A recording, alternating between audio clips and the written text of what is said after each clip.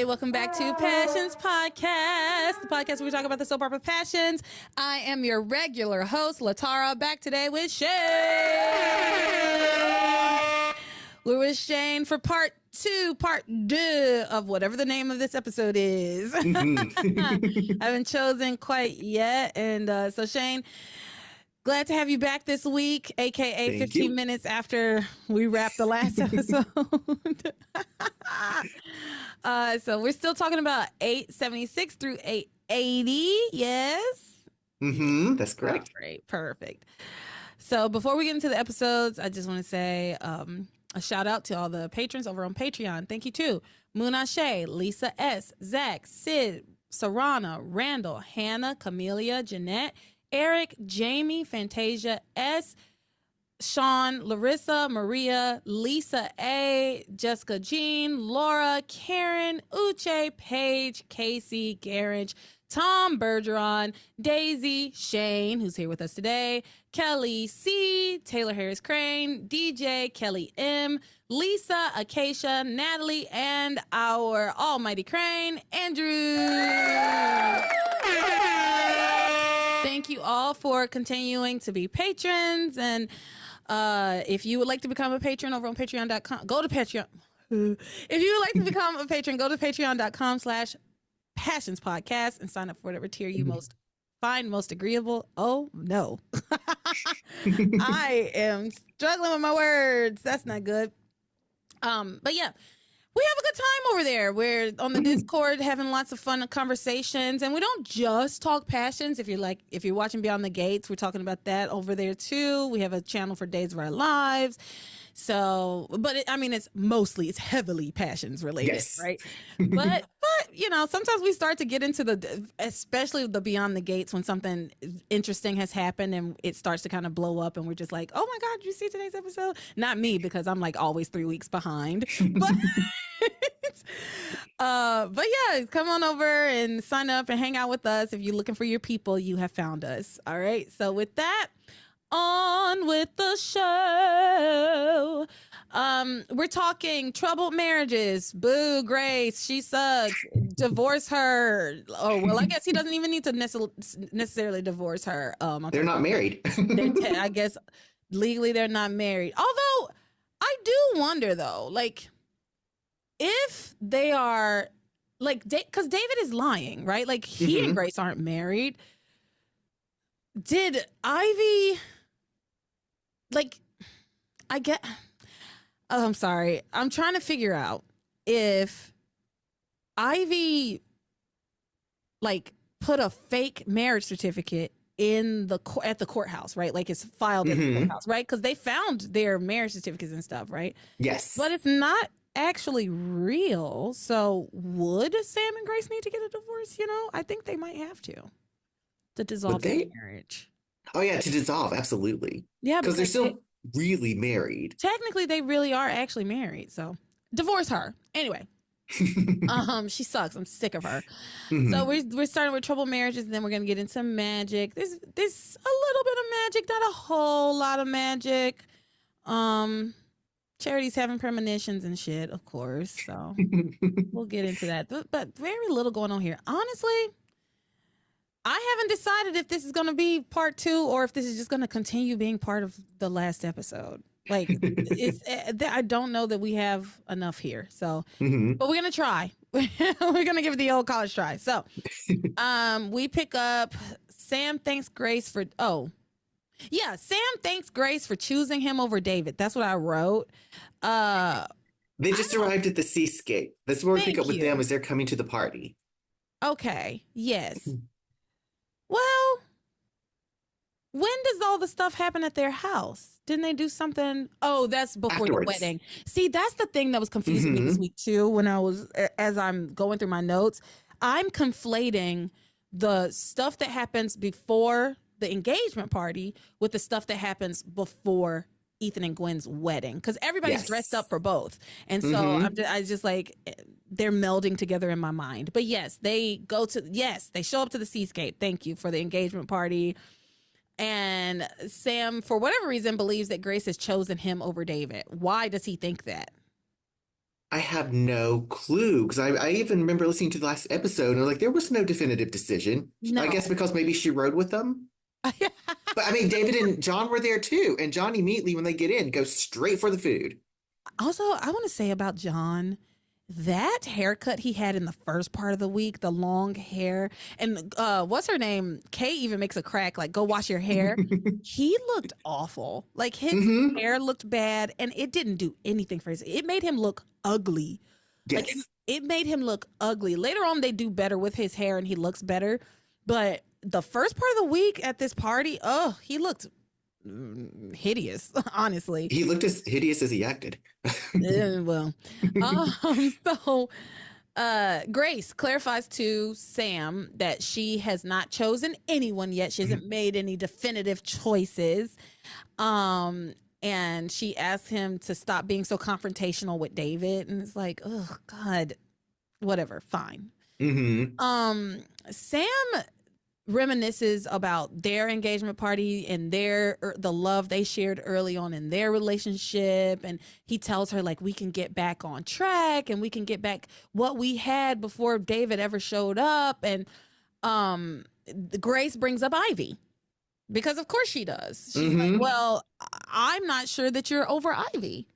And he tries to tell her, as he's been telling her, that Ivy doesn't mean anything to him anymore. Like he wants his marriage to Grace. But she tells him she needs time to figure out her feelings. And yeah, that's where they are. I'm sorry. This also is a storyline that's a little boring to me until Ivy is included. And Ivy's not really in this week. We don't really get much of Ivy like doing anything with this week. And when Sam and Grace talk to each other, it's boring. It is. Grace. It's just Grace sticking up for David and always bringing up Ivy because he talked about reclaiming what they had before. She says that Ivy was in harmony before and keeps popping up and mentioned like seeing him with her on the wharf, and she thinks that his heart is still with her. And he keeps telling her, no, it's not. But he can say one thing, but she does keep finding him in these positions with Ivy, right? So I can at least grant her that she has been seeing with her own eyes that Sam and Ivy have been spending time together. He hasn't been avoiding her the way that maybe he should avoid Ivy, right? Because your son is grown. You're not co-parenting. Ethan is an adult, very much so. So there's nothing you need to talk to Ivy about. There's nothing, not a single thing you need to talk to Ivy about, except maybe questioning her about Julian's murder. You could do that again. That we never did figure that out. No. But yeah, he doesn't have any reason to be talking to her. So I do understand Grace's like disappointment every time she sees them together, because the only other explanation is that he has feelings for her, or he wants to spend time with her in any capacity, which it upsets me. Then you shouldn't be anywhere near her. And I am one of these people that like, I don't believe in telling somebody like a significant other who they can and can't necessarily be friends with. Yeah. But there is a line, and it gets to a point. There is a line that if that other person is crossed, then I do think I have the right to say like, no, you did that. Be done with that. We don't talk to them. Right? As a couple, we don't talk to them. So, and Ivy has crossed that line more times than I can count. And Grace has every right to be like, no, actually, you shouldn't have anything to do with Ivy. If you need to talk to Ethan, talk to Ethan, but it's not like you need to deliver diapers to her or something, right? Like he is not a child. So he might act like one sometimes, but he's actually not. Right, exactly. So then Teresa makes like a speech to at the engagement party, and we talked about that a little bit in the last episode in the troubled marriages stuff. But right after her speech, Sam and David also make speeches. So I'm going to play a clip of all three, and yeah. So let me share my screen. I think I can say out of the three, I think David's was the worst because David is the worst. Why did he even start talking? I was just like, because Ivy made him. Nobody asked you. Nobody asked you. And honestly, you're the photographer. Why are you making a speech? You're the photographer. You should be seen and not heard. Here we go. Since all the engaged couples are here, I think it's time for my toast. Ooh. Can I have everyone's attention, please? Thank you. I'd like to propose a toast to all the brides and grooms to be. And here's to you marrying the man or woman you're destined to be with. And I'd like to propose a toast to all of our couples as well. Especially since my son is about to tie the knot. Jobs, money, and family problems may overwhelm us from time to time. But nothing in this life is more important than love. Do something. I would like to add to Sam's toast. Love is the most important thing in life. Especially first love. I don't know all the couples here very well, but I do know that first love is a common bond between Miguel and Charity. Ethan and Gwen, Beth and Luis, Sheridan and Antonio. Who says that's their first love? Sheridan and Antonio. Here's to first love. May it always be sacred. Take some pictures.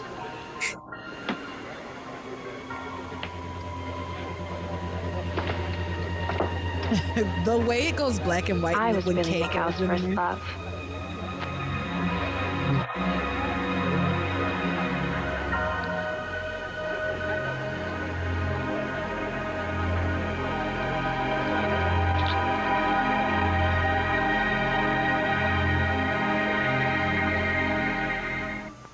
Okay, so the speeches were terrible. I mean, Teresa's, it was so pointed, obviously. Man or woman, you're destined to be right, okay? And then Sam making this moment a moment to like, that should be about his son, right? Like, speech at an engagement party, it should be about the couple, right? Like, it's Ethan, my son, I'm so proud of you. You are, I wish I had the chance to raise you, but you have been such a light in my life, even though we haven't known each other that long, and I know you're going to be a wonderful husband, blah, blah, blah. Right. Like, and Louis, I know you're going to be a wonderful husband. But you talk to the couples. Yeah. And like, Gwen, I'm so glad to have you joining the Bennett clan or what have you. Right. So the fact that he took this moment to like make this speech basically about him and Grace. It's like, all right. And then David does the same thing and talking about, first love, especially first love. And that also is just so incredibly pointed. And if I'm Grace, I'm embarrassed. Yeah. By that. That's embarrassing. You should be. Yeah. It's embarrassing. Not so much by Sam, but very much by what David did by jumping in and jumping on top of Sam's speech at his son's engagement party, right? Yeah. Like, it makes sense for Sam to make a speech. It makes zero sense for David to make a speech. None whatsoever. So anyway, that was the speeches. Moving on, Sam has a conversation with TC wherein he explains to TC that he is really at this point kind of grasping at straws. The situation in his marriage has gone from bad to worse. And it's showing no signs of getting any better. He tells him, Grace found out about, she saw Ivy and I down at the wharf, and the only reason I didn't tell her about it is because I wanted to spare her feelings. But we got to stop doing that. Yes. I remember around the time there was something Sam was keeping from Ivy. Oh, not Ivy. He was keeping the fact that he and Ivy had a relationship in the past from Grace to spare her feelings, right? And she was so fragile. Look how that turned out for you. Exactly. Stop doing that. Stop doing that. Grace can handle it. She's fine. She's much like Antonio. She's fine. And she's not been diagnosed with a terminally ill disease and no one knows what it is. Yeah, she's not gonna drop dead because you're like, oh, I ran into Ivy at the wharf. So anyway, he's like, so since I didn't tell her about that, or since she saw me down there, she doesn't trust anything. She doesn't trust my word anymore. And he's like, I'm worried that we'll never get remarried.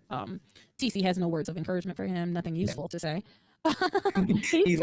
He's useless. He's useless, and he's just too preoccupied with the idea of Liz's sister being at this party, right? So anyway.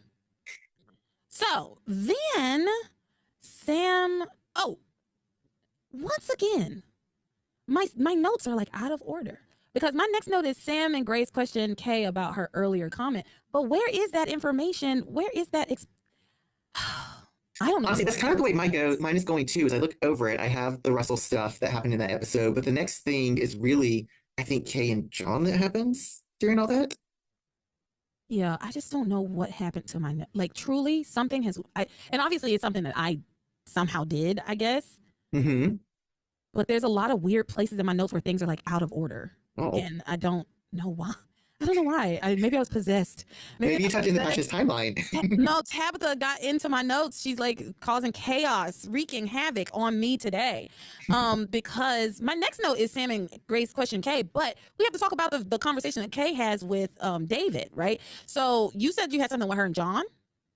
Yeah, because she, of course, at the party knows what time she's watching Charity and Miguel, but John comes up to her and tells her something along the lines of like, he knows Jessica is wonderful, but she is not. And then Kay questions him about what his father would think about breaking up a couple, because he gives her hell about being in the confessional with Miguel. Here it is. I found the notes. They're in because there's so much crisscross, things are out of order. And so, yes, this was in the magic stuff with Charity and Miguel and all of that. But yes, he says, I always thought having sisters would be great. And Jessica, she's incredible. Too bad I can't say the same for you. And Kay says, John, why don't you go wash your hair or something? Yes. I can't believe I forgot that. And this is when he says, I heard you in the confessional with Miguel. I can't believe you'd be so low to your own cousin as to sleep with the guy she loves. What about him? He slept with me. And John doesn't know what's going on. And I know that Kay, we all know what Kay did, so whatever. But why doesn't he have any smoke or animosity for Miguel? Miguel's the one that, as far as you know, cheated, right? Anyway, what you did was wrong. The worst thing anyone can do is tear two people who love each other apart. And that's when Kay says, I wonder if your father would agree with you. And John says, I know he does. And then David enters the chat, and Kay toys with him a little bit about his involvement with Ivy. And that's when I put troubled marriages notes. Okay, I see what I did here. I see what I did here. Okay, I can't remember the things that I do. Well, like I said, there's a lot of crossover this week because they're all in one place and everyone's mingling everywhere. Yeah, it made it very tough to make this week. And I do think that's part of the reason my Shawise notes were so bad, is because I don't care about them, and so I kind of gave up because it was hard. Okay, so she's toying with him about his involvement with Ivy. He's like, what about your friend? She's like, what about your friend Ivy Crane? Like, I haven't seen you talking to your friend Ivy tonight. And he's like, I don't know what you're talking about. She's like, I think you do, David. I think you do. And then Sam and Grace come into this and recognize, like, Sam's like, what the hell's going on over here? And then Antonio collapses, so we get no information here. I may have that clip. I have several clips of Kay. Kay backtracks. No, I don't, and that's okay. Yeah, his collapsing ruined everything that was good that was happening, because he ruins everything that is good. He ruined everything. You ruined everything, you stupid bitch. Have you ever seen Crazy Ex-Girlfriend? Yes. It was so good when I was watching. I didn't care for the last season, but that song, I sing that all the time. Ruined everything, you stupid bitch. And to make matters worse, real quick about his collapsing, I think it was over the dessert table. I'm sorry. I'm such a dessert girly that I agree. To make matters worse, that would piss me off. That would piss me off. I'm already at this shitty party with all these people. I can't even get a good sugar hit. Oh my God. You ruined all the cakes. Oh gosh. Okay. Going on. David and when all of that happens, right, the collapse, and so Hank grabs Sam and says, "Do you have your oxygen tank?" And he's like, "Yeah, it's in my car, or my patrol car." And so they go get the oxygen tank. And this breaks up anything Kay was about to do. And Kay was 100% about to, quote, blow Ivy and David out of the water. She had decided now's the time to because she felt like if she blew this whole thing up, her mom would be too distracted. Her parents would basically be too distracted with their own shit, their own, drama, that they would be too distracted to be worry about dealing her with breaking up Miguel and Charity. That's okay. I'll try to finish as I can. Oh my God. Okay, so David goes to takes this moment to go tell Ivy that Kay is onto them. Somehow she knows that he's working for her, and she tells him that she will handle it, saying, "I will not let that little twit ruin everything. I have finally driven a wedge between Sam and Grace to the point where they're not even sleeping in the same bed." And so she takes the opportunity to corner Kay, and give her a little warning, a friendly warning. And that is a clip I absolutely have, because it was fantastic. It was so good. I love Ivy. I love anytime Ivy's threatening someone, right? She does it so well. Nobody does it quite like Ivy Crane. Yep. And we know she's not above threatening and doing something to a teenager. At all. She drugged Whitney for far less, right? Whitney was not guilty of anything. She didn't know anything, and she just drugged her. So Ivy VK, here we go. I'm going to blow David and Ivy out of the water. And once I do that, Mother will be so worried about her own problems, she won't have time to think about me going after Miguel.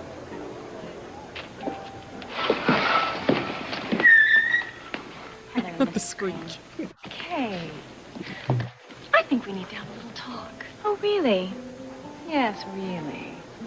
Look, I don't know what you think you know. Oh, I know a lot, Mrs. Crane. Well, whatever. I'm just going to give you a friendly little warning. If you play in the big leagues, little girl, you might get hurt. Ooh. I guess we'll just see about that. Listen to me, okay? If you play with fire, you will get burnt. You know, Kay, I hear that you and your mother aren't getting along very well, that you're constantly at each other's throats. What do you think about this? I might be your stepmother someday.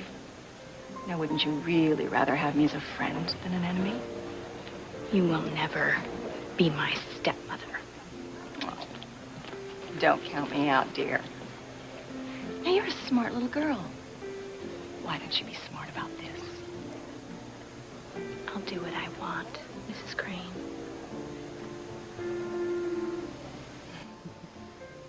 Loved. I loved that scene when Ivy is smiling and through her teeth goes, "Well, whatever." Like, oh my God, she's so good and so sinister, scary. Yes. And she grabbed Kay's arm. If you play with fire, you will, not you might, you will get burned.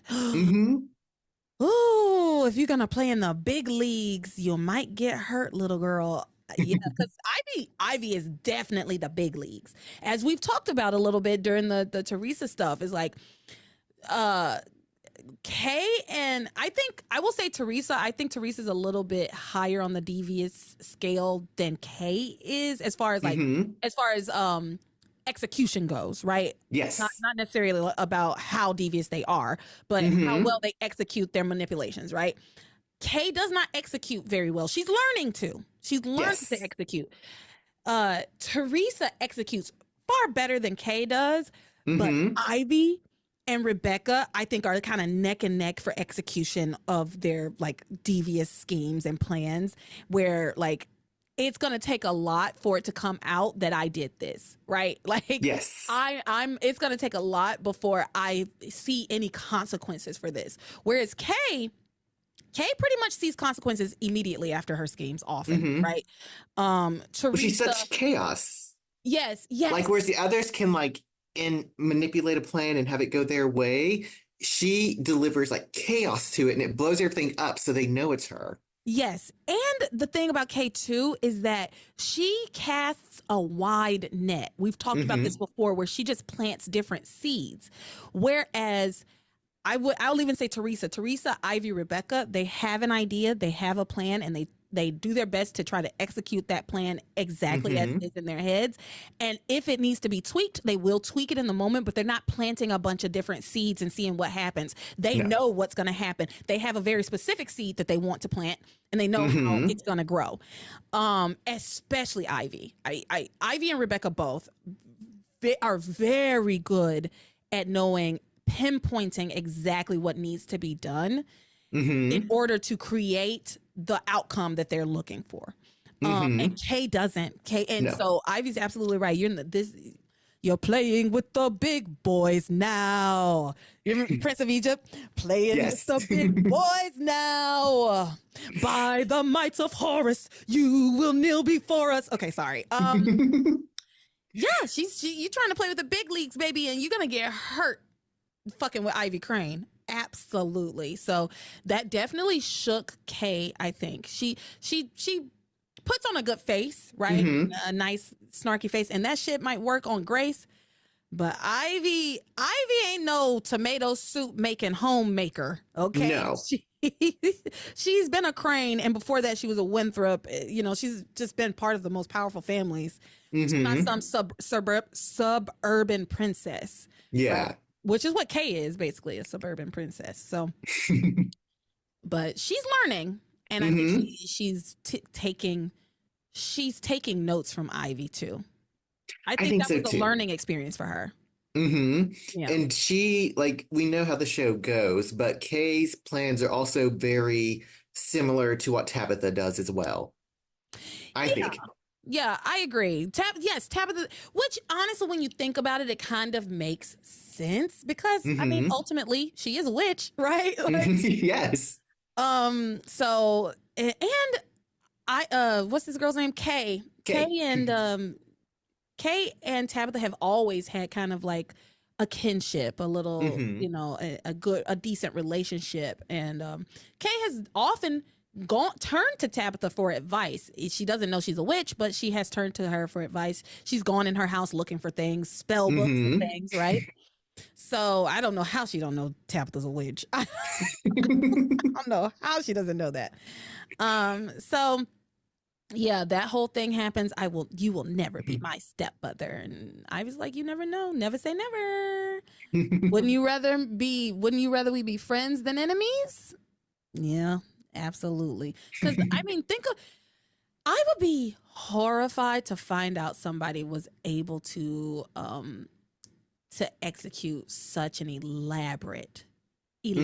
truly elaborate plan and deception to the point. I mean, the Catholic Church is she has managed to manipulate the Catholic Church. Famously, like the Catholic Church is famously like an institution that you do not fuck with, right? Historically.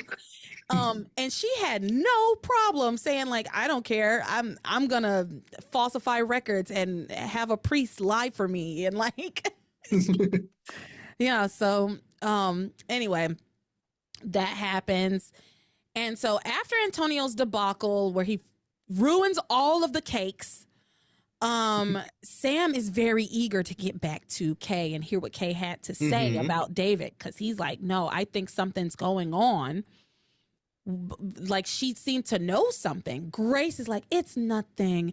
She's a liar. Like, she's so, and this is just, y'all don't know this man.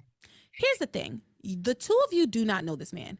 Grace doesn't remember him. Regardless of what has been said, she doesn't remember him, therefore she does not know him.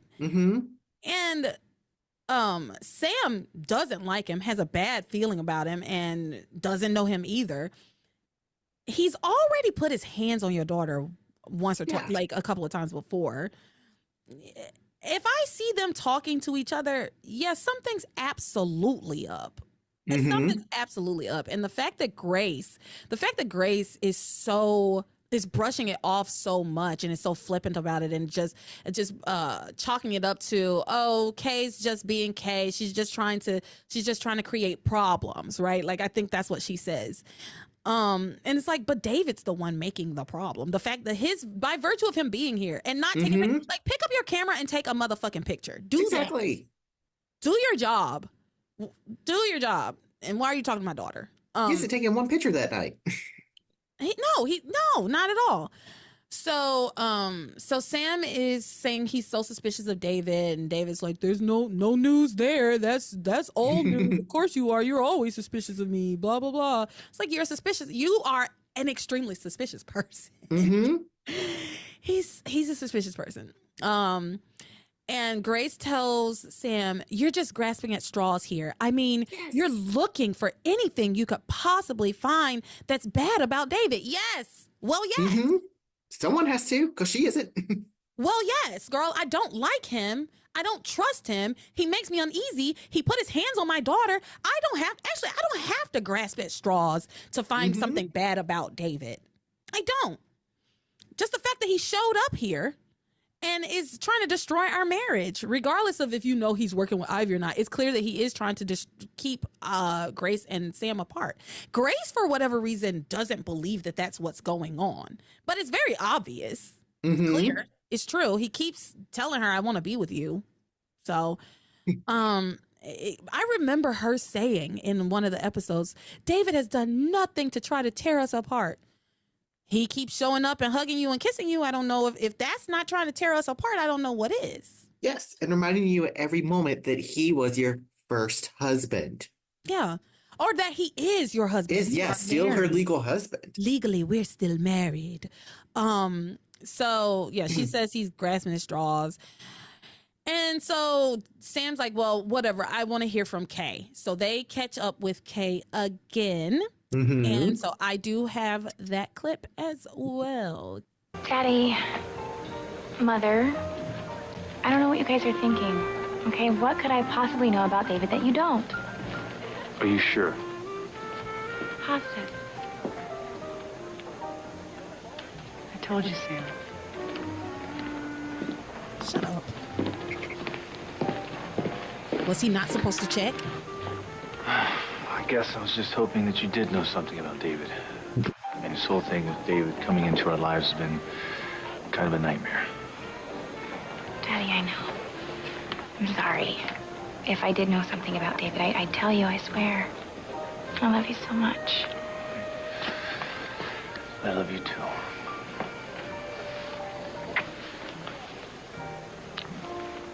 Okay.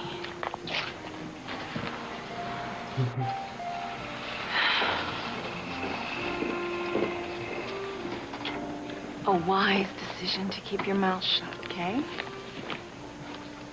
I may have decided to keep it shut for now, Mrs. Crane, but I could change my mind at any time.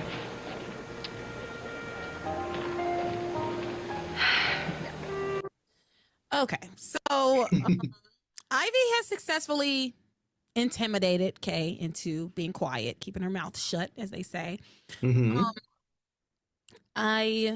I don't know. I kind of feel bad for Sam in that moment. Like, Kay telling him, "If I did know anything about David, of course I would tell you. I love you so much, Daddy." And like, and she does love her dad. The thing about Kay is she is a daddy's girl, right? Yes.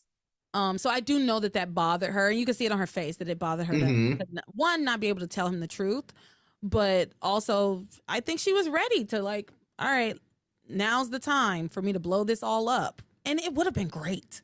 It would have. It would have been fantastic at this party. And for that to come out and for John to find out that Grace actually isn't his mother.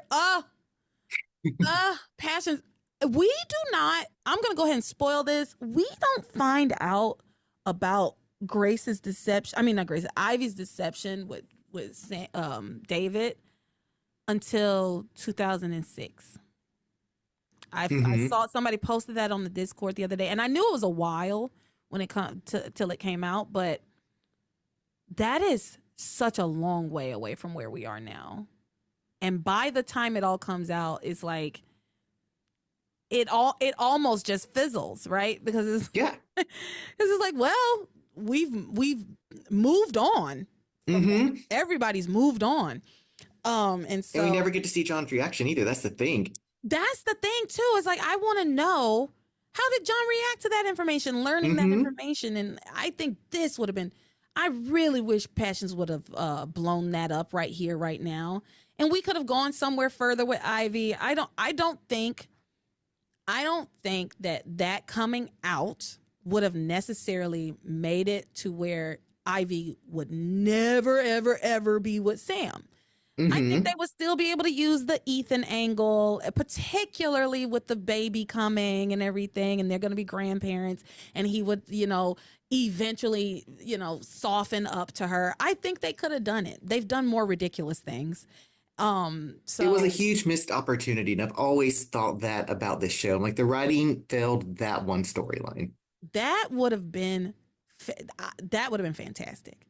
If she finally was like, well, I saw David talking to Ivy, and then seeing how that works out for them, for Ivy and David, because maybe Ivy and David find a way to skirt that and say, no, she didn't see that. She's lying. She's a lying liar. Everybody knows she's a liar. Yes. She just hates me, and then we could have seen, like, will Grace take David's side over what Kay's saying after they've had such turmoil in their relationship, or will she actually listen to?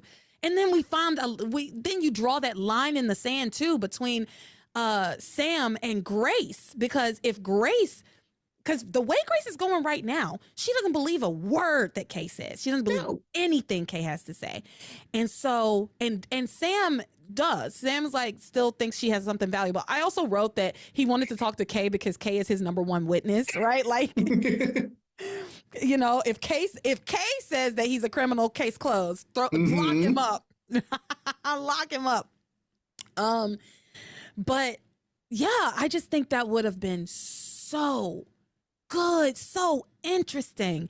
And imagine if Grace doesn't take Kay's side, and Sam also is persuaded away from Kay's side, what that does to Kay and Kay's psyche, right? Like, what does that do to her character? She's already losing it, right? Yes. See, it could have been so good and went off in so many different directions that it didn't have to be the end of David and Ivy's alliance. No, it could have been so good. Oh, it could have been so good. But instead, we just, we are going to keep dragging this out. Because this has been going on. I don't know when we started this, but I feel like this has been going on for over a year now. I feel like it too. Yeah. So I this is another one that I'm starting to kind of get tired of. It's only interesting when Ivy is involved. Right? Like, when Grace and Sam are talking about their marriage, I'm bored. When Grace and David are talking about their feelings or whatever, I'm bored. When John's talking about how I'm so glad I have a mother, I'm bored. I'm only interested when Ivy enters and is doing her pulling the strings and doing things like that. And the Kay angle is also quite interesting. As Gary say, I'm really only interested when Kay's involved now. Kay is now involved, so that at least takes it up a little bit to more interesting. And now Kay and Ivy have made contact and understand that I know what you know what I know, and I know what you know, right? Kind of thing. Which also can be very interesting. I don't think they use the Kay Ivy situation to their best ability going forward. Agreed. But it could have been great. Much like so much on this show. It's got great bones. It's got great bones. But they really never stick the landing. No. They really never stick the landing. So they're on the K level of execution with their stories. They need to be on the Ivy and Rebecca level, but they're on the K level. Step up your level of storytelling, because this could have been so cool. This could have been so great. We could have moved into a whole new situation. I mean, hell, even if Grace, I'm just talking now. Even if Grace did believe Kay and she just got like so mad and she started like manifesting powers, like we could have tied some magic into this, right? And like, I curse you, Ivy, back to I curse you, Ivy, right? For all time. Yes. We could have got a second. I wouldn't have minded a second curse on Ivy. Me too. You know? So anyway, and then Sam finds out that actually sees Grace's powers and is like scared of them or something. Or she actually does hurt. Oh my God. Or Grace actually physically attacks Ivy, and Sam for once does his job and arrests his wife and puts her in jail for attacking Ivy.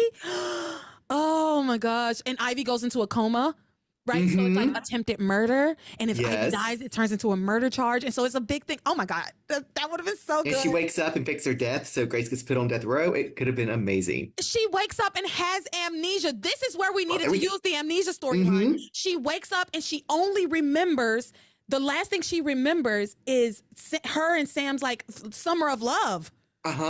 Truly. And she's not faking it. And Eve like corroborates, no, she really doesn't remember anything. And Sam falls in love with her again because she's just like the woman he used to love. I'm getting goosebumps. Me too. I'm getting goosebumps. That's the passions I want to watch. Oh, that would have been so good. Oh, yeah. All right. Anyway, moving on to what actually happened. Oh, that got me really excited. So yeah, Sam's very disappointed that didn't all work out, but it is what it is. So we turn over the day. You have any notes left for this party situation? I don't think so. Not about the Bennetts. Yeah. So we turn over the day and the family is gathering at the Bennett home before Ethan's wedding. And Sam has a little talk with Ethan. He's encouraging him. It's, father-son talk moment, whatever. Then Grace and Kay are standing across the room, and Grace is like, wow, Ethan looks so handsome in his tuxedo, blah, blah, blah. He looks so nice. And Kay's like, yeah, well, it's easy for him to look good when he had a good, restful night's sleep. He slept in my bed. Meanwhile, I had to sleep on the air mattress that sprang a leak in the middle of the night, fighting for my life, right? She's like rubbing her neck, and I don't know if any of you have ever slept on an air mattress, particularly the air mattresses. I thought about this. Remember when air mattresses kind of first hit maybe they weren't the first air mattresses ever, but when they first became like a thing, because when I was like in elementary school and I would go to like my friends' houses and stuff, we would just sleep on the floor or like on a couch. Yeah. There weren't any air mattresses. But when I remember in like around middle school, I started seeing like, oh, get out the air mattress.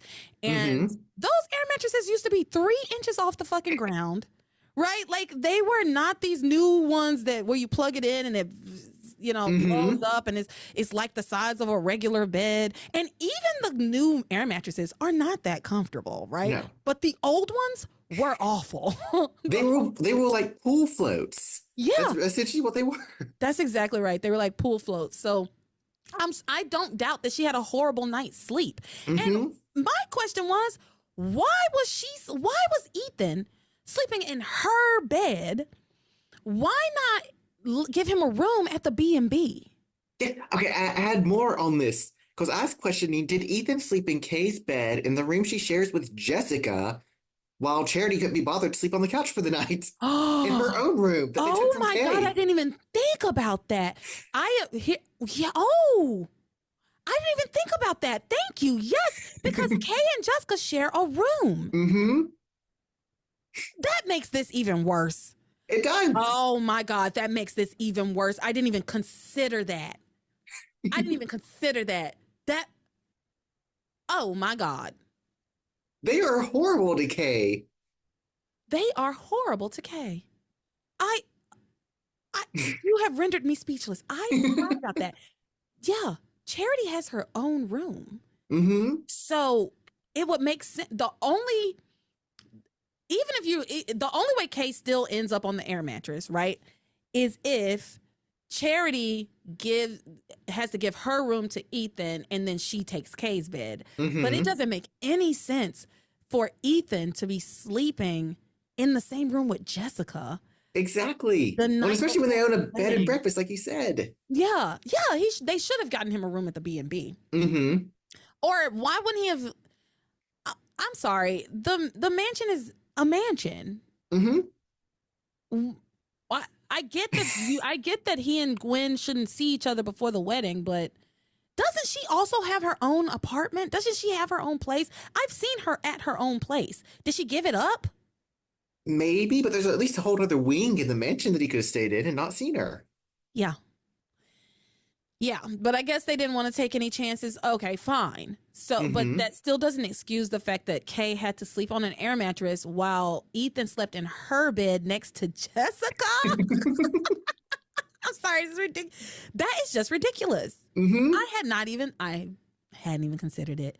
Also, where does Miguel live now? Because is the house done? We haven't circled back to the Lopez Fitzgerald house being finished. Oh, I forgot about that. I just assumed it was. He was staying at the Bennett house. But he shows up to and he shows up a lot. So I get, but I think Pilar is still living at the mansion. I've now created a weird quagmire for myself in my brain, like trying to figure out. No, you did it by telling me by explaining to me that he would have had to sleep in Kay's bed in her room with Jessica. They just made that girl sleep on an air mattress. Yeah. And I'm sure it was Grace's idea. Sam was probably like, it has a hole in it. She's like, no, it's fine. Okay. So I have a clip of that. All right. Ethan looks so handsome. Almost as handsome as his father. Yeah, well, that's really no surprise. Ethan got a good night's rest in my bed while I had to toss and turn on an air mattress that sprang a leak. You know, now I actually know why they call them hardwood floors. It's your half-brother's wedding day. Well, so now you're going to begrudge Ethan being well-rested on the most important day of his life? Oh, heavens, no. As long as Ethan was comfortable, and John and Charity and Jessica and everyone else around here except for me. I mean, that's all that matters, right, Mom? Who cares about poor little old me? You know what? When you act like this, nobody does care about poor little old you. So why don't you do yourself a favor, Kay, and grow up?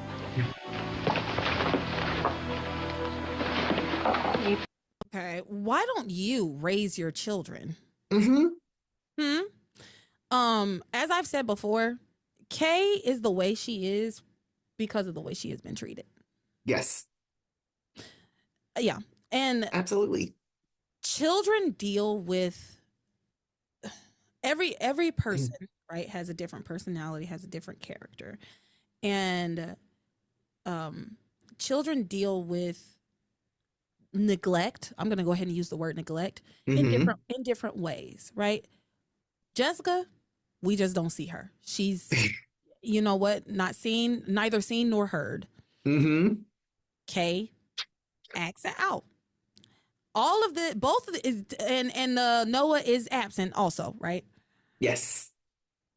Grace finds it acceptable for her kids to be neither seen nor heard, but the fact that Kay voices her opinion about the way she gets treated is completely unacceptable. Completely unacceptable. And Kay has been screaming, yelling at her mother for months upon months on end now. It's been a long time since she has had like an issue with the way Grace has handled every single situation they've been in, right? Like when she had an issue with the way she let Charity come in and take her room, and the way she was treating Charity, and at first, truthfully, I was with Grace. If we go all the way back to like those early 100, 200 episodes, I was with Grace. Yeah, Charity's lost her mom. You know, she's my only living relative that I know of, really, and so this is new for me, and yeah, I was with Grace. At the same time, I understood that Kay is a child. And this is also, while it's a big change for Grace, it's an enormous change for her kids, right? Yeah. In every aspect, when we talk about Charity, or if we talk about the Ethan becoming their brother, or even and John becoming their brother, like those are huge, massive things to have to grapple with. I'm gonna tell you right now, if I found out that I had another sibling right now, it would shake my world. And I'm 36, almost 37. It would disrupt me in some incredibly serious ways. It really would, because that is earth-shattering news. Like, Yeah. you know, when it's completely unexpected. It'd be one thing if, like, yeah, because some people know, oh yeah, I have some siblings out there I've never met. You know, my dad has other kids, or my mom has other kids, but I've never met them. But to go your entire life thinking, for instance, Kay, thinking I have 2 siblings, right? And then one day, no, you don't. You have 4 siblings? Oh. Yeah. Oh my God. No. Yeah, that's a lot to grapple with and to deal with. And like I said, I'm 36 and it would be a lot for me to deal with. If I was 17, 18, however old she is, that would have been, like I said, earth shattering. I just, yeah. Anyway. And it doesn't help that each of them takes what she wants. When Charity came, she got her room, the clothes, her boy. When Ethan came, he gets her father, who she was closest with. And now John's here, and he's getting the last remnant of a family she has, which is Grace. Yes. Exactly. So, I sympathize with Kay 100%. I hate Grace.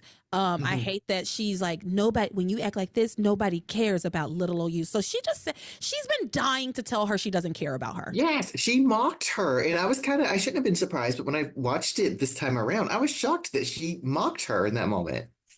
She was dying to tell Kay that she doesn't like her, that she doesn't care about her. Like, she just can't say it because everybody thinks of her as this like wonderful, great homemaker, the perfect mother and perfect wife. But there is something nasty there underneath. There is with Grace. It's another missed opportunity where they never explored like an evil Grace, even if a spell was cast on her or something happened. Maybe she got possessed. I had an idea for, like, if they did a reboot, because if they did a reboot, I know, spoiler alert, close your ears if you don't know, and I'll wave when it's back, when we're done. Give it like 30 seconds. I know that Grace dies, right? Yeah. Now, Faith, we never confirmed that Faith was dead. We never saw a body. They never had a funeral for her. We never confirmed that she was dead. Well, they kind of do, though. The people don't, but the show does. What does the show do? Faith comes back as a ghost at some point. Oh, you're right. She does a few shenanigans before having some words with Tabitha and goes away. Damn, you are absolutely right. She does come back as like, well, okay, here's what I'm gonna say. I can still fix this. I can still make it work. I can still make it work. Because maybe Faith, because she's so powerful, she's a powerful witch. She wasn't a ghost. She was projecting her likeness, right? She was projecting her likeness, trying to get through to Grace. So I'm gonna say that that's what it was, because I would love to see Faith come back and we find out like what it was that made her have to leave. And like maybe she, I don't know. I would love to find out about like some kind of like secret organization, because she kept saying like, they're coming, they're gonna get her, they're gonna, and so I would love to find out about like some secret evil organization that like kidnapped her and had her trapped, and she wasn't able to escape. But now she's back, and she gets back in touch with Charity, and she explains what happened, except the only reason she hasn't escaped, they've let her out because she's thoroughly brainwashed. Like, they've gotten her, and so they can use her powers for evil, right? And I would love to see like this sort of evil Grace come back in the form of like Faith, right? Yes. So dang, I'm glad you I didn't remember that, but now I do, because she came out of the fire. I remember. Yeah, something like that. Well, anyway, moving on. After the whole clip with Grace being such a bitch to her daughter, David shows up, of course, to take some pictures and stir up trouble. So he's finally around doing his job. And then Grace. At one point, Grace once again like warns Kay not to do anything to try to come between Miguel and Charity. And Kay says, "Why don't you mind your own two-timing love life and leave me alone?" I love that. She's absolutely right. Mind your own two-timing love life and leave me alone. Then my next note is them at the wedding. You have anything between that, them at home and them at the wedding? No, my next note is also the Bennetts arrive at the church. Okay, yeah, they go to the church. And whatever, there's nothing really important happening. I couldn't be, because I didn't write anything. Because my next note is, during the wait after Gwen runs out of the wedding, Sam goes to check on things, and David takes the opportunity to try and bond with Grace, saying how the church is so beautiful and reminds him a lot of the church that he and she got married in. And he's like, "You don't remember, of course." And Grace stops him and says, "David, please, I'm sorry. I don't mean to be rude. Just please don't. All right. This is the church where Sam and I took our vows. And being here, it's just made me remember so many things. And I realize what's important to me." And David says, "Grace, I didn't mean." And she says, "No, David, no. You know what? Because you're right. I don't remember being married to you. I remember being married to Sam, and I miss my family. I miss Sam. I'm sorry, David, but you really just have to give me a little bit of room." I feel like this was dialogue that I pulled from the transcript and never saw. Okay, I was going to say, I didn't see that at all. I didn't hear it. I'm like, did I just really zone out that bad? Because I had one note about Grace asking Kay why she's smiling. And I was like, good God, Kay can't even be happy. Kay can't even smile. She can't even smile. No, that's dialogue that came from the transcript and not from the episodes, because we didn't see this portion of it. But that's very, very, very important. Finally, Grace is saying to him, being here makes me miss my family. I miss my family. I miss my husband. This is where I married Sam, and I can't do this right now. I need some space from you. And so good on Grace finally for like putting her foot down on that. Yes. What else do you have for them? Because I don't have anything else for them. Let's see. I got to a point in my notes where I didn't get to type all of my written notes. So I have my notebook. Understandable. We love some analog, I don't know what I'm saying. There's really nothing else for him, because the only other thing they do is after Gwen dashes away after slapping Ethan, Grace asks Sam if he should go after Ethan, and he essentially says, no, they need their time. That's the last note I have for them. Okay. So that's where we basically ended with Sam, Grace, and Sam, Grace, Ivy, David, whatever.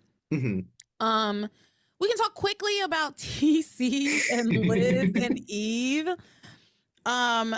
Very quickly. There's very little going on here, but the most important thing is Liz keeps, as she has been since she got to town, she keeps basically telling Eve, I'm gonna ruin your life. I'm gonna pay you back for everything. I'm gonna pay you back and leave you with nothing for leaving me in that hell hole of a home that we once lived in together. Blah blah blah. Eve is shaken, thinking, "Oh my God, I'm gonna lose everything." Eve, whoa, am I having a stroke? Ivy notably takes a moment to like taunt Eve about her marriage, noticing TC talking to Liz. Because she sees Liz kind of hanging all over TC and clearly kind of flirting with TC. And so Ivy rolls over to E and is like, oh, now I see where the trouble in your marriage is coming from, you know. And because Ivy, we need to note that Ivy has been trying to figure out and find whoever the person was that was bothering Eve so that she might be able to use them against Eve. She said they might come in handy. So TC and Liz are talking about Liz's sister, and he's very curious to find out who this boozer and drug addict is. And she tells him, you'll find out very soon. You'll find she's supposed to be at the engagement party. Yeah. Liz tells him, yeah, she's at the engagement party. So TC just repeatedly presses Liz about who is this woman? Just tell me who your sister is. What's her name? Just tell me. And Liz warns him that once he knows, it's going to change everything. Then they're interrupted by Antonio's collapse, because that was another moment where it seemed like maybe she was about to actually tell him. But then they're interrupted by Antonio's collapse. And after all the drama with Antonio, TC continues to press Liz about her sister. Where's that slut drug addict sister of yours? I'm so anxious. I want to punch her in the face, like basically. Like I'm ready to get revenge for you. I can't wait to see who this trash is. Yes, the trash. I can't wait to see this trash. He's such a little gossip. Like he's so like just trying. Who's the trash in town? I can't wait to get some dirt on somebody, kind of thing, right? Yes. But Liz tells TC that right now isn't the right time, and she'll tell him her sister's name when the time is right. And then I have that the Russells go to Ethan's wedding. That's like all I have. Nothing happens at the wedding between them or with this storyline. Anything you would like to add for that? No, that's it. I mean, Liz at the wedding again vaguely threatens Eve, but that's pretty much it, other than Simone being Simone. Simone is being Simone. Yes, exactly. Delusional. Chad at one point is like, may I escort you? He's clearly talking to Whitney. But she's like, of course, yes, you may. And she like pushes past Whitney and takes his arm. And yeah, she's another one that has to know. She has to know. Oh, she does know. At this point, she absolutely knows. Oh, does she? Okay. Yes. At this point, she absolutely knows. I forgot that. The only thing that's still slightly up in the air about her and Chad is she definitely knows that her sister has feelings for Chad, but I feel like she should know that Chad also has feelings for her sister, but she has been selectively choosing to hear certain things and not hear other things, right? Because the only reason she even knows about Chad and Whitney is because she's overheard conversations between the two of them. And so for some reason she only seems to ever hear what Whitney says to Chad and not what Chad says to Whitney. Yeah. So it just wasn't a big week for all of them, but she just popped in every once in a while. Yeah, and I think, but we can take the time to talk about Simone. Sure, I mean, there's not much else to say. I know there's nothing else to say. At the Seascape party, at one point in time, her and Jessica were like, "Where is Chad?" After he snuck off with Whitney. Yeah, she knows. She definitely knows, and whatever. We're moving on to magic. Yes. Let's see.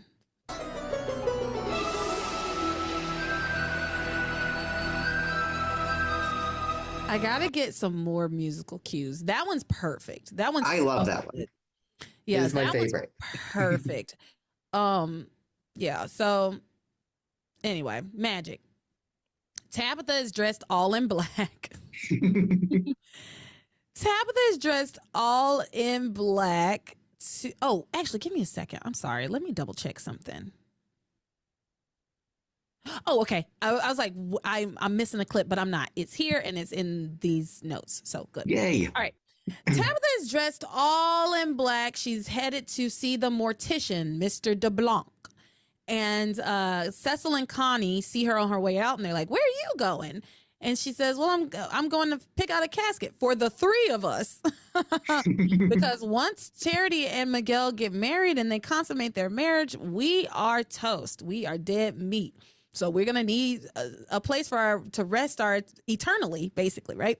Mm-hmm. So the dolls are like, "Well, we want to come too. We want to go with you." And so she says, "Okay, go upstairs and change." It's like, why do they need to change clothes? She makes them go upstairs and change clothes before they can go anywhere with her. And they all go to the mortuary. And Tabitha is, because I think Connie is telling her, like, "You can't give up yet, Tabitha," or whatever. And she's like, I've tried. I've been trying for longer than you can even imagine to break those two up. I have no ammo left. I have no more ammo. So she's given up. She has given up. She's and like, she doesn't have her powers. Why not? I thought she said a line about she didn't have her powers. She she only had her powers back a short time before Charity cost her those. Oh, I feel like they never said that she lost her powers again. That's kind of I might be wrong. now that I think about it. Because did the zombie Charity keep them?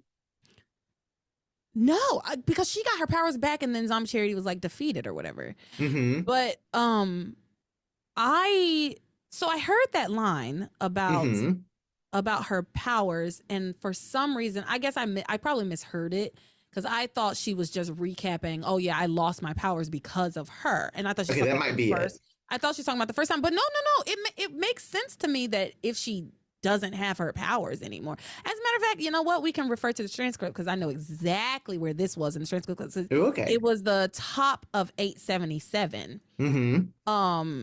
This is the only time we saw Tabitha this week, which was a little sad. It was, but she doesn't have anything going on. No. Although, why wouldn't she be invited to the engagement party? I was thinking that too. I'm like, we know why she's not at the weddings. Like, even if they invite her, she's not going to go in the church. So maybe that's why she ended up not in the engagement party, just so nobody invited her to the weddings, and so she wouldn't have to like explain. Maybe. And on any given day, they're like the weird old woman. So yeah, that's true. Oh, that's the wrong one. Oh, you know what? This one might have been the one. It is. This is the one that didn't have a transcript on the website. I had to kind of make the transcript myself. Mm-hmm. And whatever, I'm not dealing. But you could also be right. We're gonna go with what you said. We're gonna go with what you said, because she hasn't been using her powers. I thought she had them back though, but she hasn't. Maybe she only has a little. Yeah. I don't know, because didn't she use her powers? She used her powers when she slept with Julian. And Timmy was gone by then, which means that Charity was alive and well. So I may have just misunderstood it. Yeah, maybe. I don't know. Sorry to throw that question out there. No, this is what the podcast is for. This is what it's for, having these discussions about these little minutia. But it's not even minutia, because it is important for us to know if she has her powers or not. I had been working under the assumption that she had gotten her powers back and they hadn't been stripped from her yet. But can you say that line again? So what I wrote down says, okay, so Tabitha reminds Connie and Cecil that if Miguel and Charity marry and do it, Charity will get her full powers of goodness. She calls Tabitha her powers and Timmy. She only had her powers back a short time before Charity cost her those. Okay. She's been trying to do something since Charity came to Harmony. Okay. You know what? I think you're right. I think Tabitha doesn't have her powers anymore. They should have made a big deal about it and showed us her losing her powers again. But they didn't. And we haven't seen Tabitha in a while. And so I think it makes sense. That's kind of a throwaway line. I wish they had like done a little bit more of that. But yeah. So they go to the mortuary, and Mr. DeBlanc meets her there, and she asks if he has a casket that will hold 3 bodies. And he's like, what? Why would you need a casket for 3 bodies? And she explains, oh, it's just for me and 2 dolls. And so he shows her the Crypt Keeper 4000. He calls it he calls her the Crypt Keeper 4000. We have to start that is such a good like insult. Crypt Keeper 4000. And as they're looking at caskets, the dolls, Cecil and Connie, decide to like play a prank. So they climb inside of one of the caskets and close it and then start screaming like, help, help, let us out, help, let us out of here. And Mr. DeBlanc is like, what is that? Do you hear that? Oh, also, we should note that he's very jumpy about working in this place. Like, he's like, I can't believe I'm a mortician who's afraid of ghosts, is kind of like what he says. And he's like, as long as I've been here, it still creeps me out being here, right? So he's already on edge being in that space. And so he hears them calling for help, and Tabitha blows it off, brushes it off. She's like, "Oh no, I didn't hear anything. What? Please tell me more about this Crypt Keeper 4000." And then Tabitha and the Mr. DeBlanc like walk over to where the sound is coming from, and Connie and Cecil pop out and like scare him. Boo! Right, and he passes out. He falls to the ground. He passes out. And then when he comes to, he's like, oh, those dolls, they were alive, blah, blah, blah, right? And Tabitha passes them off as, oh, they're just mechanical dolls. The batteries are dying. And when the batteries start to die, they start to go haywire. And well, why were they in the casket? You're not answering any question. Like, right. And also, why do they yell, help, let me out? Yeah, so he believes it kind of. He's like, okay, if you say so. But then Connie scares him again, and does he call her he's like, you're a ventriloquist or something, right? Like that, right? I can't remember that, but I remember when he recognized Connie. Oh, talk about it. He freaks out because he recognizes that she stole one of the hearses at some point. This girl is Grand Theft Auto, because she stole Reese's dad's car too. She just like stealing cars. That's something I missed. To be fair, I don't pay that much attention to these things when I know it honestly feels a bit like filler. And I love Tabitha and the guy I recognize because he was the really, really boring teacher from Saved by the Bell.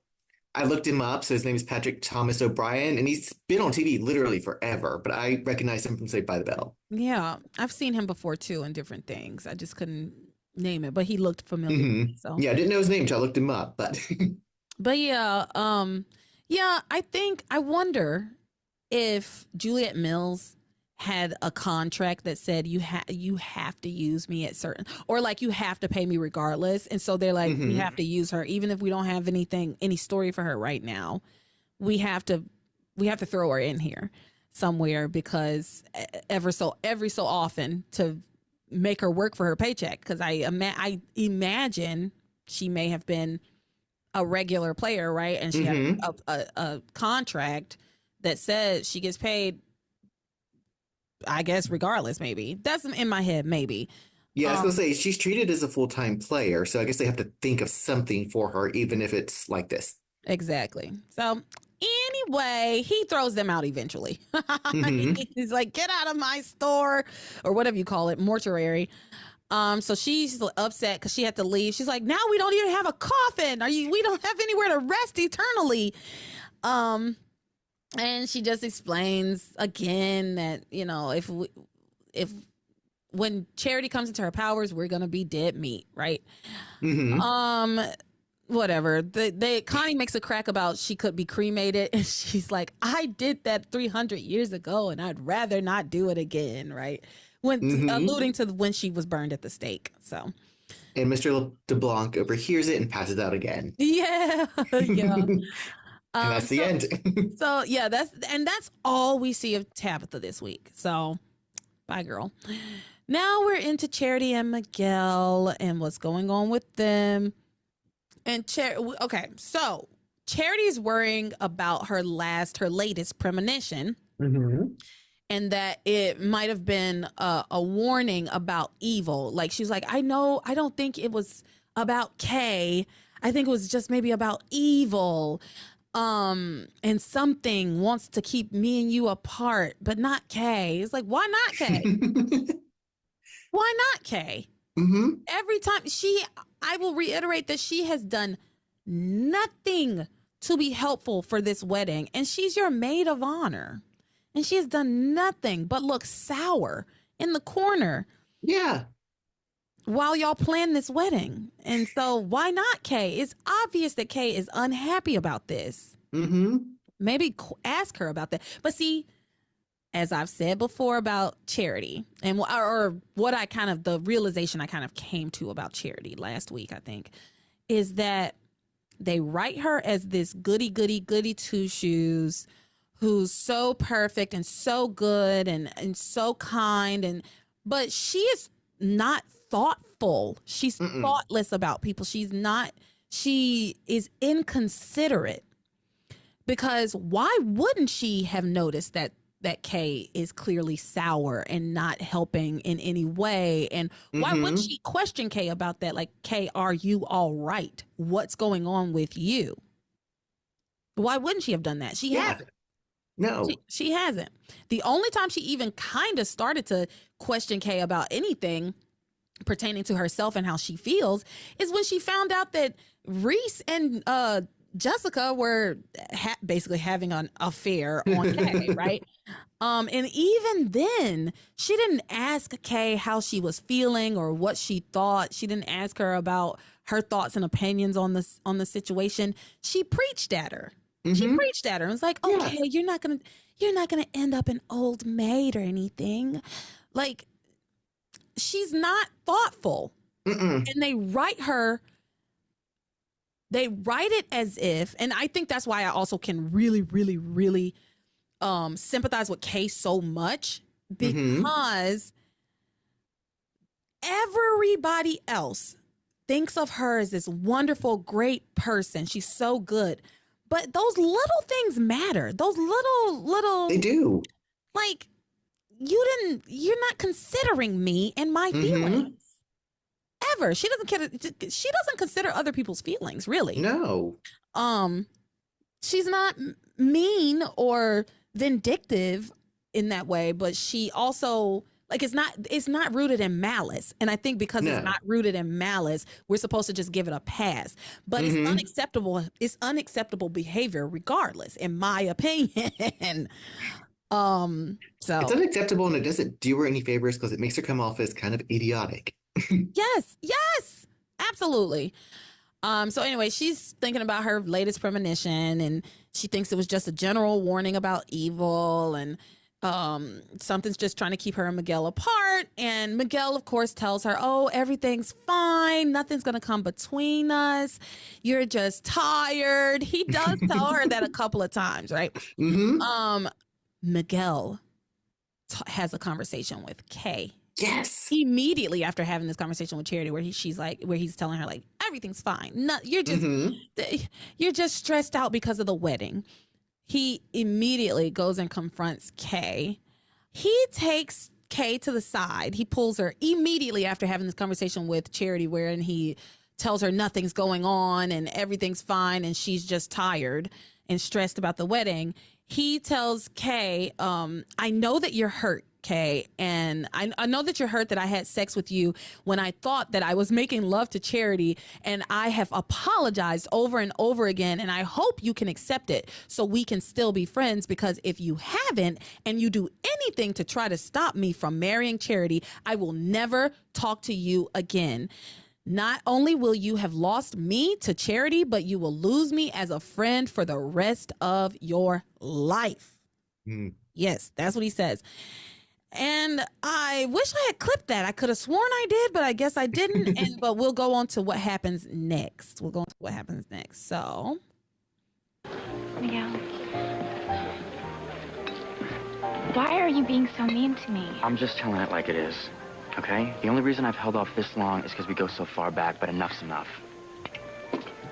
I know what you're doing, okay? Trying to take showers with me and trying to guilt me out of marrying Charity by sneaking into the confessional. And I saw you shaking that fork behind Charity's back after her last premonition. You see, she's too trusting to think that you'd be trying to break us up, but I'm beginning to think otherwise.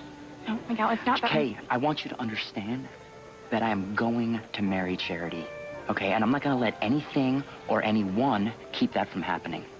So back off. Don't try anything, or I swear I will have nothing to do with you for the rest of our lives.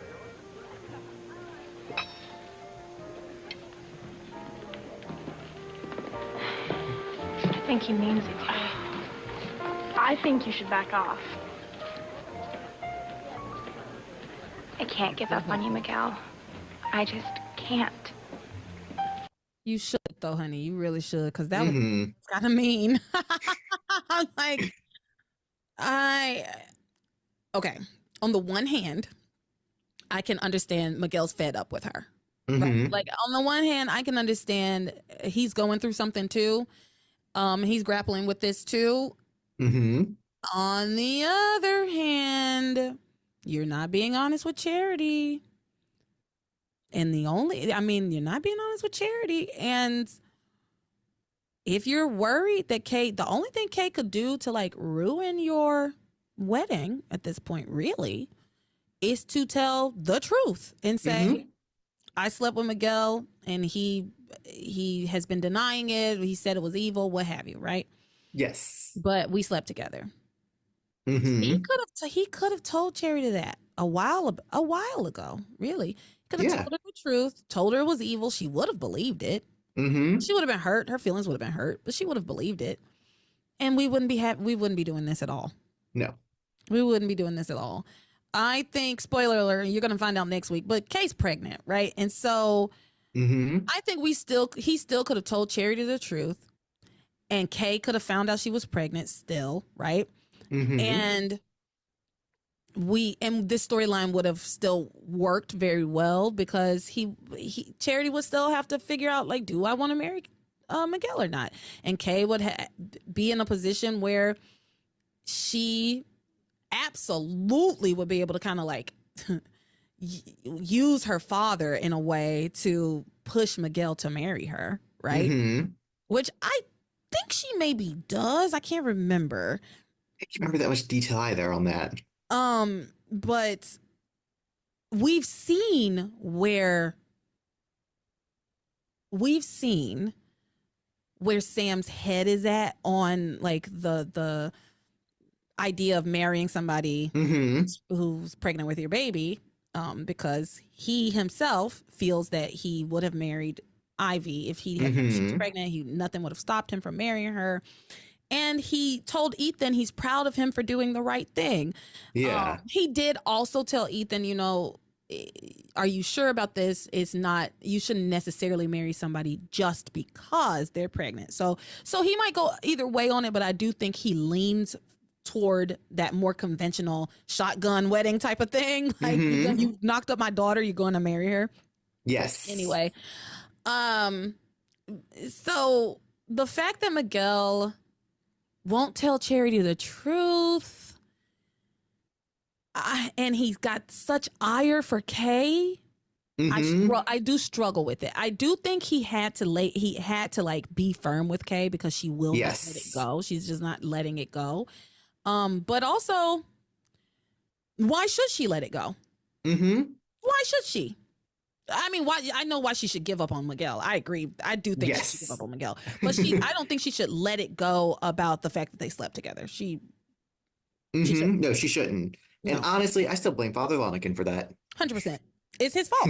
You blame him because it's 100% his fault. Yeah. So, so yeah, that happens. Miguel's being kind of mean to Miguel. Why are you being so mean to me, girl? You raped him. Yeah. Like, I mean, Miguel, why are you being so mean to me? I didn't like that. And I like Kay, but I didn't like that. So after that, Kay's just getting it from all sides, because after that, this is when John confronts her saying, I always thought having a sister would be great and Jessica's incredible, but I too bad I can't say the same for you. And she tells him to go wash his hair. And then he says, I heard you in the confessional with Miguel. I can't believe you'd be so low to your own cousin as to sleep with the guy she loves. What you did was wrong. The worst thing anyone can do is to tear two people apart who love each other. And then we have that whole situation with David and Ivy and everything that we talked about in the first part. So I'm going to skip ahead to Charity gets another premonition. Yes. She gets she feels the strange energy in the air and she can't figure out what's going on. She says she can't make sense of it, but something is off, something is wrong. And Miguel tells her just to try to focus on our wedding. Nothing is wrong. Nothing's going to stop us from being happy together. You're stupid. You're dumb. Please. It's not just stop being so dumb, Charity. Like he gaslights the hell out of her. And so even though he's like trying to assure her that everything's fine, Charity is still feeling really bad. And then she's like, oh, I just got a horrible chill. And she's like, no, something is going to happen tonight. Something really bad is going to happen tonight. Antonio then collapses. So then Miguel's like, was that it? Is that the bad thing you felt was going to happen? And she's like, no, it's only getting worse. Like, I don't know, something else. No.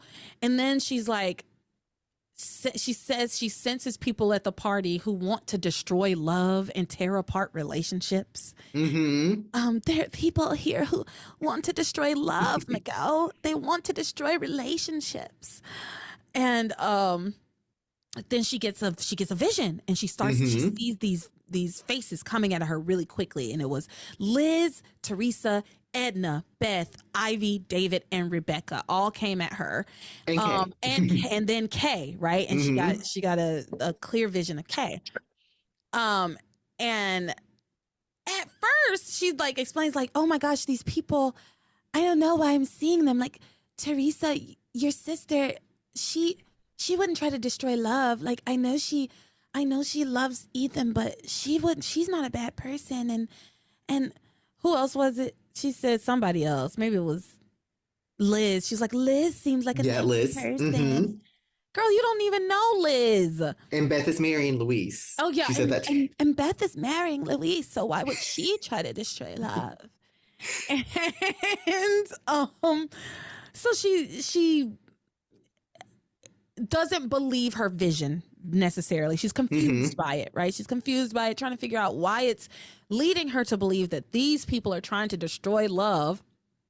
But eventually she does. What happens next? It was about Kay, right? Let's see. Yeah, she goes through all like being confused, and then and Miguel asked if she's sure she saw Kay in her vision. Yeah. Yeah. And she doesn't know why Kay, would want to break them up. Yes, thank you. So yeah, he says, "Are you sure it was Kay? You know damn well it was Kay." Gaslighting her. And he says, "I think you're just tired from the stress of planning the wedding, and you're just tired, and nothing's gonna stop our marriage. Nothing." And Charity tells Miguel that she has a terrible feeling that something bad is going to happen to stop the weddings that are planned, all of them. And she says, and I also think something is going to happen that can hurt all the strongest marriages in harmony as well. So she's worried that if Ethan and Gwen's marriage or wedding gets stopped, that hers and Miguel's will also be ruined. So yeah, she's just very intense about this. She's like, I think this is what's going on. And Miguel continues to just try to calm her down, saying everything will be fine. Miguel again goes to Kay after having this conversation with Charity where he's telling her, no, it's fine. Kay would never. Oh, are you sure you saw Kay? Are you sure it was her? He makes a beeline for Kay and warns her that if she tries anything to disrupt their marriage, to disrupt their wedding, that he will never speak to her again. So, let me see. Miguel says, no matter what happens today between Ethan and Gwen, nothing's going to come between me and Charity. We are getting married and nobody's going to stop that. Sorry. And Kay says, okay, fine. Why are you telling me this? And he says, because I know how you think. I know how badly my sister wants to be with Ethan, and I wouldn't be surprised if she's behind the problems. Oh, they're at the wedding at this point. Sorry. I forgot. They're at the wedding, and this happens during that pause in the wedding, right? Yes. Yeah, I didn't explain that very well, but yeah. Because there's so much there's so much crisscrossing and stuff that's happening, and like I said, I kept confused. I've been confusing what happened at the engagement party with what happened at the wedding.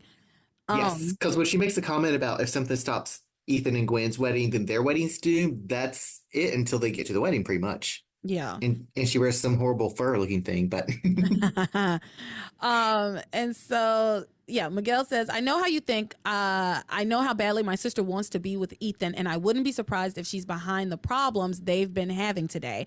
But I am warning you, Kay, you try to pull anything like this at my wedding, I will never speak to you again. And Kay says, Miguel, why are you talking to me like this? And Miguel says, don't act so shocked, all right, Kay? I mean, after everything you've done to try to separate me and Charity, I wouldn't put it past you. Then this must be dialogue that was missing. Did you see this? So on mine, and I watched 2 versions to see where it cut out.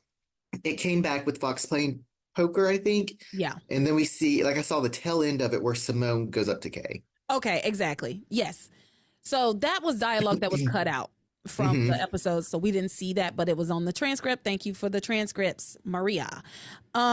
So yeah, I actually wish I could have seen this scene play out.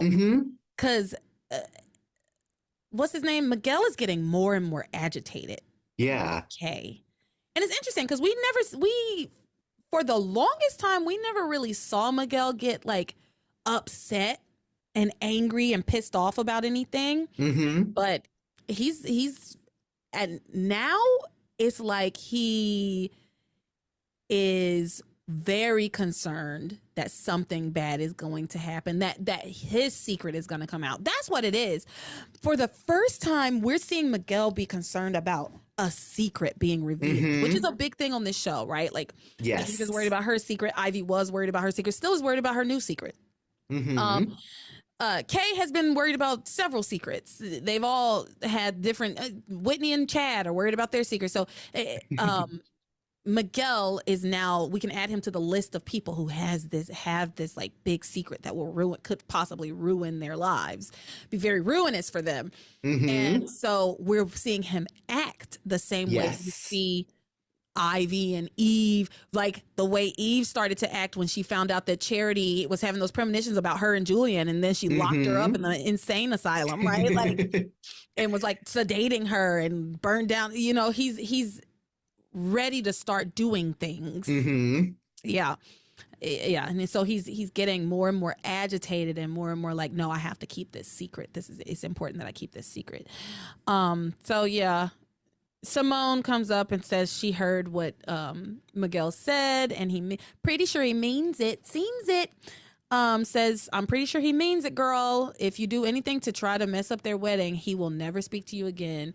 And Kay says, I heard him too, Simone, and don't worry because I'm out of ideas. I have tried everything. I still don't want them to get married, but nothing has worked. So I love that we see Kay be resolved and say, actually, I've tried it all. Nothing has worked. I'm let go and let God now, I guess. Right. she doesn't want to give up, but she can't think of another way. And Miguel is getting angrier and angrier with her. Mm-hmm.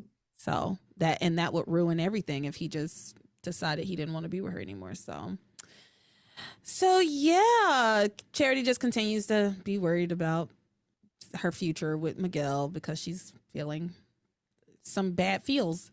But that's all I have. You got anything else to add to this before we wrap it up? I don't have anything else to add to that. I don't know if you got this in the episode batch that you watched, but there was a really weird Christmas bumper where they're like, "Merry Christmas" from the Passions cast. And I think they said, "And JCPenney." And JCPenney, yes. I have that. I have a clip of that from, because they did it a week or another week on a different week as well. I didn't know which week it was. It was the week Maria was on.